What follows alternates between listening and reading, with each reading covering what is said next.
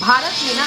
Rape, murder, चोरी या ऐसे किसी भी प्रकार के केसेस को अगर आपको दर्ज करना है तो आप डायरेक्ट किसी हायर कोर्ट में नहीं जा सकते हो। आपको किसी लोअर कोर्ट यानी कि डिस्ट्रिक्ट या सेशन कोर्ट से शुरुआत करनी पड़ेगी। लेकिन इन सभी केसेस को साइड में रख के अगर मैं आपको कॉन्स्टिट्यूशनल वायोलेशन या फंडामेंटल राइट्स वायोलेशन से रिलेटेड केसेस की बात करूं